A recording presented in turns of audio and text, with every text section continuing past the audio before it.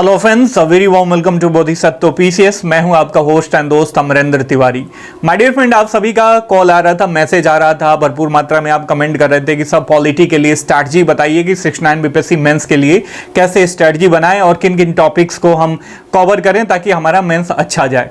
तो इसमें मैं आपको list of important topic share करूंगा पॉलिटी का, और साथ में बताऊंगा कि कैसे आप मल्टी डायमेंशनल अप्रोच के साथ चीजों को कवर कर सकते हो। देखिए, इस समय का जो करंट डिमांड है बीपीएससी का, आपका स्टैटिक पोर्शन पे तो मजबूत कमांड होना चाहिए और साथ में करंट अफेयर्स पे इक्वली कमांड होगा, तब जाके चीजें कवर कर पाओगे। इन शॉर्ट यदि कहना चाहूं, स्टैटिक पोर्शन आपका एकदम फंडामेंटल जो है वो क्रिस्टल एंड क्लियर होना चाहिए आपके दिमाग में उसका कॉन्सेप्ट, और साथ में यदि थोड़ा बहुत कम भी करंट अफेयर्स आपका रहता है तो काम चल जाएगा। बस इस चीज को ध्यान में रखना, ठीक है। और यदि आपको केवल लिस्ट ऑफ टॉपिक चाहिए, आपको स्ट्रेटजी वगैरह और जो प्रीवियस ईयर क्वेश्चन का हम एनालिसिस करने वाले हैं 68 बीपीएससी मेंस का, तो आप इसे स्किप करके 10 मिनट 5 मिनट आगे जा सकते हो वीडियो में। चलिए शुरू करते हैं। शुरू करने से पहले आपसे रिक्वेस्ट है, if you are new at my channel then subscribe the channel and hit the bell icon for the new notification my dear friend. देखिए, बीपीएससी 68 बीपीएससी मेंस का ये जीएस सेकंड पेपर का पहला प्रश्न है। पॉलिटी, एज यू नो कि first section जो है पॉलिटी को डेडिकेटेड होता है। तो पहला प्रश्न पूछा गया है कि भारत में गत्यात्मक धर्मनिरपेक्षता को आलोचनात्मक दृष्टि से विश्लेषित कीजिए। तो आप यहां पे देखो, सबसे पहले try to trace out the important the main demand of the question, the central theme of the question. काफी इंपॉर्टेंट है। यदि सेंट्रल थीम को आप डिसाइड कर पाते हो, मूल डिमांड को समझ पाते हो, तो चीजों को आसानी से आप कर सकते हो। तो सबसे पहले गत्यात्मक धर्मनिरपेक्षता के बारे में आपको जानना चाहिए। उसके बाद आलोचनात्मक विश्लेषण क्या होता है, ये कीवर्ड्स है। क्वेश्चन का जैसे डिमांड होता है तो क्वेश्चन के सेंट्रल थीम को वैसे ही प्रेजेंट करते हैं। तो आप यहां पे देखो कि ये गत्यात्मक धर्मनिरपेक्षता, सबसे पहले तो आपको धर्मनिरपेक्षता के बारे में पता होना चाहिए कि ये सेकुलरिज्म क्या है। फिर इसमें गत्यात्मक, दैट मींस डायनेमिक जुड़ा हुआ है, डायनेमिक जुड़ा हुआ है। तो ये डायनामिज्म क्या है, किस डायनामिज्म की बात कर रहा है। शुरुआत जब हुई धर्मनिरपेक्षता की, जब हम बात करने लगे, चर्चा करने लगे, वहां से लेके अब तक कितना जो है इसमें चेंज हुआ है, और वर्तमान में किन किन आयामों को लेके धर्मनिरपेक्षता की बात करी जा रही है। तो स्टैटिक में ये करंट का जब आप इनपुट दोगे तो आपका ये प्रश्न तैयार हो जाएगा। तो मतलब कहने का मतलब पहला प्रश्न तो ये शो कर रहा है कि आपको स्टैटिक पोर्शन भी पता होना चाहिए और साथ में करंट का डिमांड भी, करंट पे कमांड भी होना चाहिए। भारत में क्षेत्रीय राजनीति अपनी भूमिका निभाती है। प्रेडिक्टेबल क्वेश्चन है, हमेशा बीपीएससी पूछता है। क्षेत्रीय राजनीति में जो रीजनल राजनीति का इंपॉर्टेंस है इंडियन पॉलिटिकल सिस्टम में, उसका इंपॉर्टेंस हमें यहां पे शो करना है, एक्सप्लेन करना है।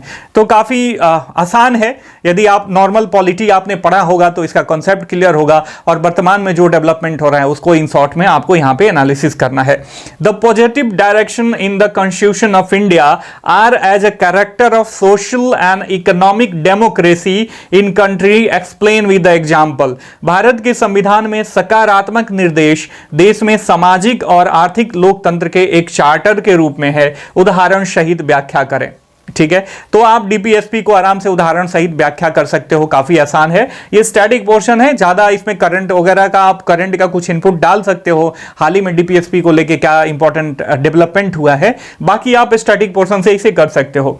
चौथा प्रश्न है कि भारत के सर्वोच्च न्यायालय के न्यायिक पुनर्विलोकन क्षेत्राधिकार को स्पष्ट करें। पूर्णतः स्टैटिक टॉपिक है। Bihar has witnessed improvement in its political culture in last decade, give example. Bihar ने पिछले दशकों में अपनी राजनीतिक संस्कृति में सुधार देखा है, उदाहरण देखें। देखिए, अभी भी बिहार का जो पॉलिटिकल सिस्टम है वो डीप रूटेड है, कास्ट पे बेस्ड है, बहुत ज्यादा कास्ट पे बेस्ड है। और आपको सबको पता है कि हाल ही में गवर्नमेंट के द्वारा जो कास्ट सेंसस का डेटा रिलीज किया गया है, ये टोटली चुनाव को टारगेट करके किया गया है। ठीक है, कास्ट सेंसस की कोई आवश्यकता नहीं थी। गरीब और अमीर दो ही जाति होती है। जो कृत्रिम विभाजन ऑलरेडी सोसाइटी में चला आ रहा था, जो जातिवाद सस्टेन थी, उसको और ज्यादा गैपन करना, और ज्यादा उसको मजबूती प्रदान करना, ये सारी चीजें कहीं ना कहीं पॉलिटिकल इन्फ्लुएंस से करी गई थी, पॉलिटिकल मोटिवेटेड रूप से करी गई थी, पॉलिटिकल मोटिवेशन के साथ। तो इसमें अब बिहार की जो राजनीतिक संस्कृति है उसमें किस तरीके का बदलाव आया है। बावजूद इसके, डिस्पाइट दिस, आपने देखा होगा कि पिछले साल जैसे आरजेडी की गवर्नमेंट थी तो उस समय जातिवाद, धर्मवाद के नाम पे बहुत सारा गेम खेला जाता था, अभी भी खेला जाता है, लेकिन अभी डेवलपमेंट में रोजगार, अभी पॉलिटिक्स में रोजगार की बात करी जाती है, अच्छे सड़कों की बात करी जाती है। पहले अच्छे सड़कों की बात नहीं करी जाती थी।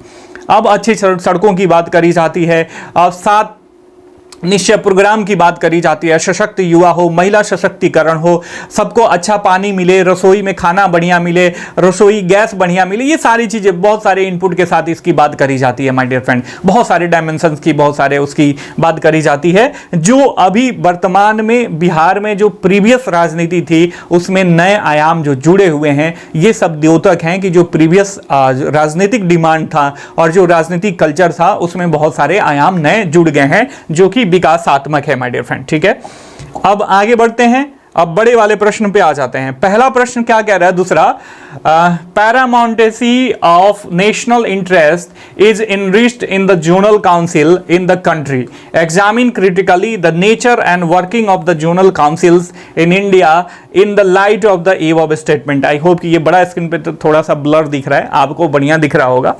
क्षेत्रीय परिषदों के अंतर्गत देश में राष्ट्रीय हित की सर्वोच्चता प्रतिष्ठापित है।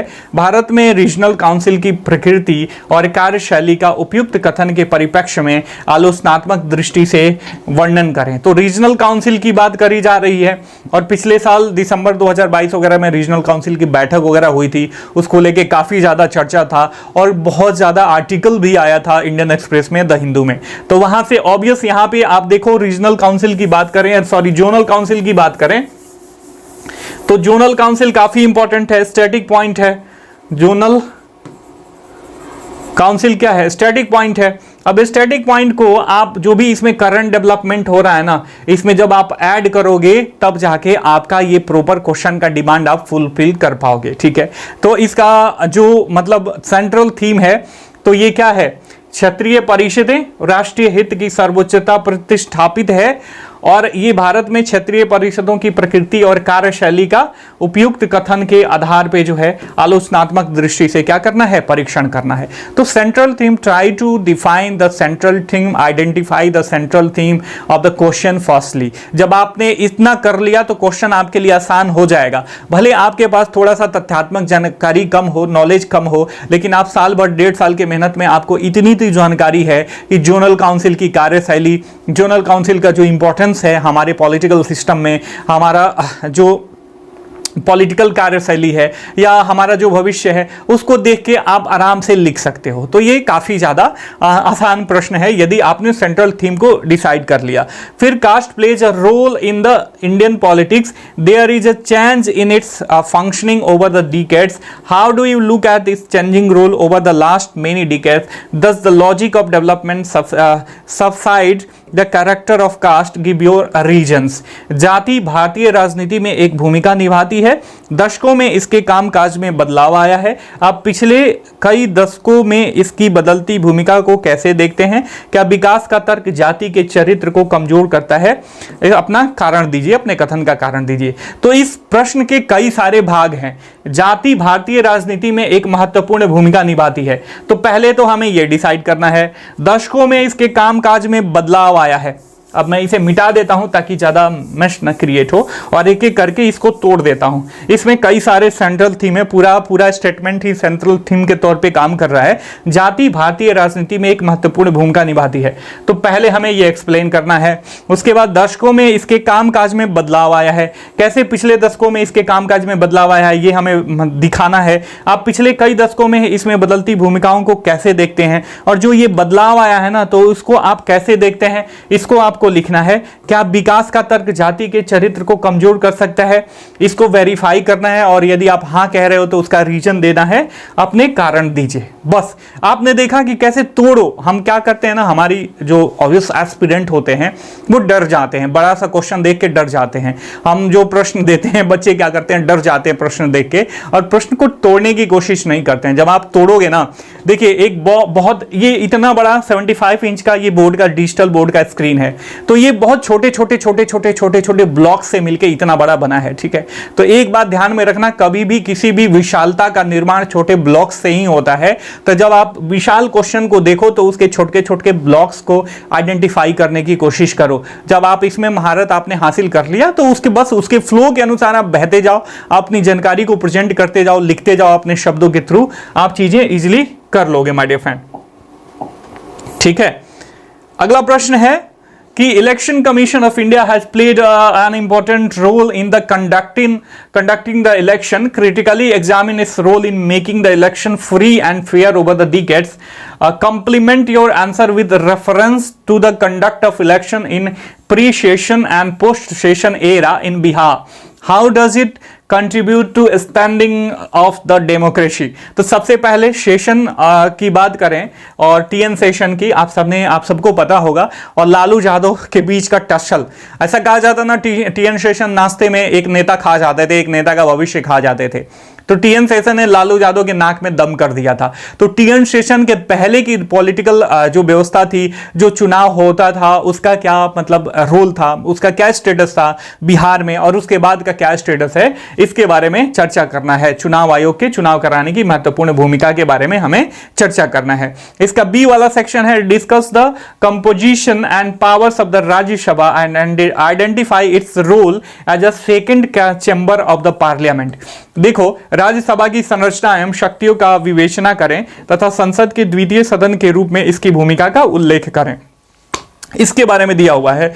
तो इसमें क्या है, देखो, पिछले कई सालों से ऐसा कहा जा रहा है कि राज्यसभा जो है उसका कोई रोल नहीं है. पहले हम ये कहते थे कि लोकसभा में जो चीजें हड़बड़ी में की जा रही है ना, तो राज्यसभा में ऐसे विद्वान लोगों को जाना चाहिए जो लोकसभा के द्वारा हड़बड़ी में की गई कामों में सुधार कर सके. तो अब आप राज्यसभा में देखोगे क्रिमिनल बैकग्राउंडेड के लोग हैं, चोर उचक्के जैसे लोग चले जाते हैं, क्रिमिनल कई सारे, किसी पे थ्रेट का केस है, किसी के संपत्ति लूटने का, किसी पे रेप का है, किसी पे डकैती है, बहुत सारी चीजें हैं. तो बहुत सारे लोग क्रिमिनल बैकग्राउंड से आते हैं.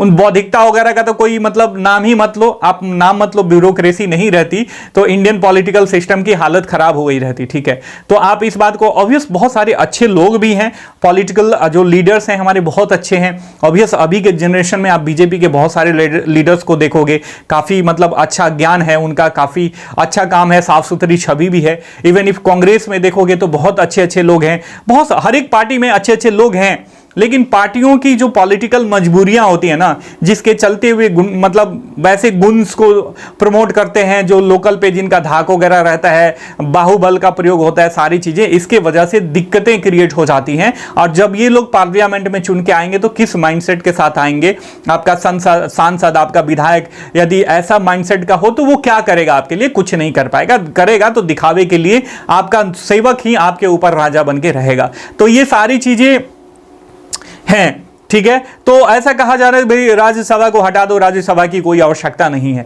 तो इसको लेके पिछले 1 से 1.5 साल तक इसका काफी ज्यादा चर्चा का विषय रहा है और इसी पे पूछा हुआ है. Discuss the composition and powers of the Rajya Sabha and identify its role as a second chamber of the parliament. तो ये काफी सारी इंपॉर्टेंट चीजें हैं. इसमें आपने क्या देखा कि आपको स्टैटिक पॉइंट का नॉलेज होना चाहिए, का मतलब काफी क्रिस्टल एंड क्लियर और कमांड होना चाहिए स्टैटिक पॉइंट पे. साथ में आपको करंट अफेयर्स पे आपको जितना कमांड रहेगा स्टैटिक पॉइंट में ऐड करके, ये एक दूसरे के पूरक हैं, एक दूसरे के बिना अधूरा हैं. केवल करंट अफेयर्स जान के आप पॉलिटी नहीं लिख पाओगे और केवल पॉलिटी लिख के आप ज्यादा नंबर नहीं प्राप्त कर पाओगे. ठीक है, तो करंट की भी जानकारी चाहिए और उसके साथ साथ आपको पॉलिटिकल डेवलपमेंट जो करंट में हो रहा है उसकी भी जानकारी चाहिए. देखिए, इस समय जो है ना आपका बहुत इंपॉर्टेंट रोल हो जाता है आंसर राइटिंग का. यदि आप आंसर राइटिंग करते हो और उसका इवैल्यूएशन कराते हो कहीं से, खुद से या कहीं कोचिंग वगैरह में ज्वाइन करके, तो ये बहुत बढ़िया चीज है. आपका नॉलेज आपको केवल सिलेक्शन नहीं दिला सकता. ऑब्वियस 1-2% लोग होते हैं तो उनकी बात हटा दो, मैं अमूमन उनकी बात करता हूं जो प्रॉपर मेहनत करते हैं और अपने मेहनत के दम पे अपने एम का संधान करते हैं. तो आप हमसे भी जुड़ सकते हैं. मात्र 1500 रुपये में हमने शुरू किया है.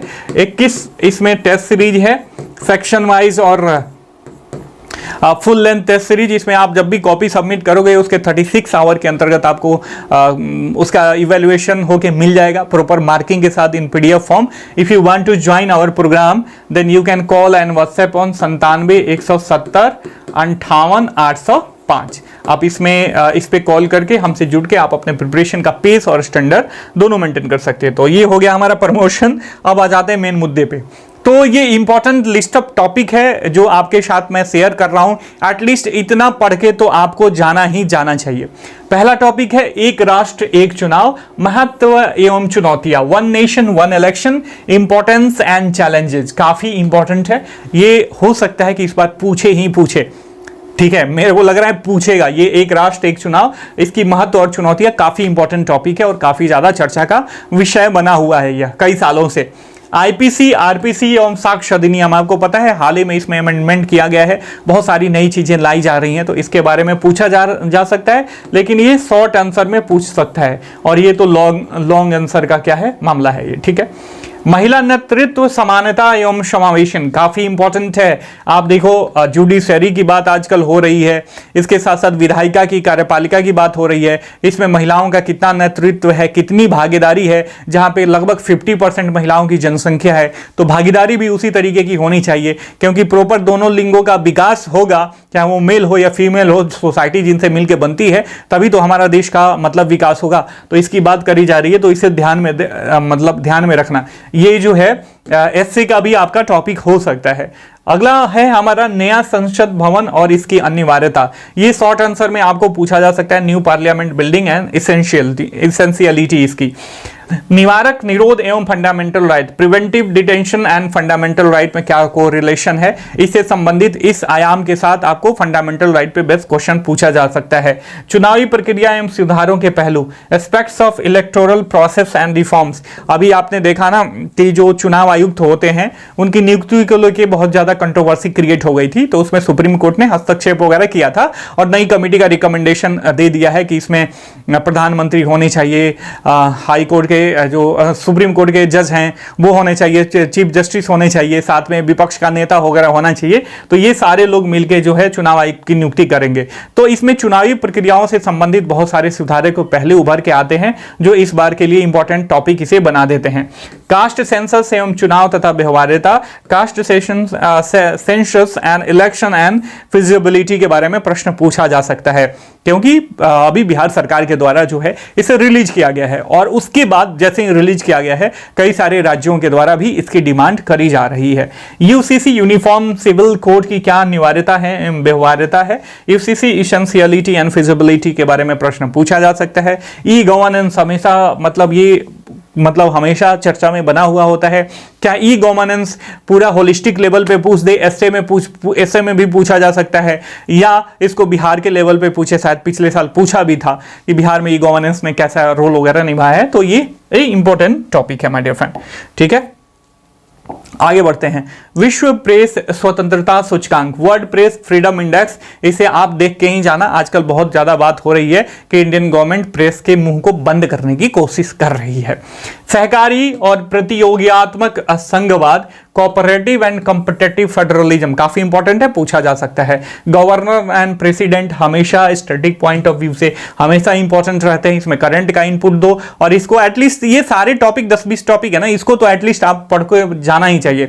इसके बाद parliament and its role and its power, सारे डायमेंशन पार्लियामेंट के आने चाहिए, फंडामेंटल राइट आने चाहिए, डीपीएसपी आने चाहिए, ये सब आपको आने चाहिए। उसके बाद जुडिशियरी, काफी इंपॉर्टेंट टॉपिक है। न्यायिक सक्रियता क्या होता है, न्यायिक पुनर्विलोकन का सिद्धांत क्या होता है, फास्ट ट्रैक कोर्ट क्या होते हैं, उनका क्या इंपॉर्टेंस रोल है। जो ये बहुआयामी और अप्लाइड इसका आयाम है ना, इसको पढ़ के जाना चाहिए। ठीक है, उसके बाद अम्बुड्समैन की बात करें, लोकपाल क्या होता है इसके बारे में। संविधान का दर्शन स्टैटिक पॉइंट है, पढ़ के जाना चाहिए आपको। फिलॉसफी ऑफ द कॉन्स्टिट्यूशन और राजनीति में जाति की भूमिका, हमेशा ये प्रेडिक्टेबल है, चाहे लॉन्ग में या शॉर्ट में पूछता है बीपीएससी, तो पूछा जा सकता है। और ये मत सोचना कि पिछले साल जो पूछा है इस साल नहीं पूछ सकता है, पूछ सकता है नए आयामों को जोड़ के और जो सेंट्रल थीम है प्रश्न का पिछले साल का उसको बदल के। ठीक है, तो मेरा सजेशन एट लास्ट मैं यही कहना चाहूंगा कि एटलीस्ट इतना टॉपिक तो पढ़ ही लेना। आंसर राइटिंग प्रैक्टिस और करंट पे आपका कमांड, डेली बाय डेली आपको न्यूज़पेपर पढ़ना ही है। एग्जाम के बस 10 दिन पहले छोड़ देना, बाकी आप लेकिन आप पढ़ाई के प्रति यदि डेडिकेटेड हो तो न्यूज़पेपर जो है एग्जाम के दिन तक इन शॉर्ट एनालिसिस आप देखते रह सकते हो। ठीक है my dear friend, I hope कि जो चीजें भी मैं कन्वे करना चाहता था आपने बहुत बढ़िया से उसे ग्रहण किया। आप अंत तक मुझे आपने धैर्य के साथ सुना, इसके लिए आपका बहुत बहुत आभार, धन्यवाद। मिलते हैं अगले वीडियो लेक्चर में, तब तक के लिए साइनिंग ऑफ, टेक केयर, जय हिंद माय डियर फ्रेंड।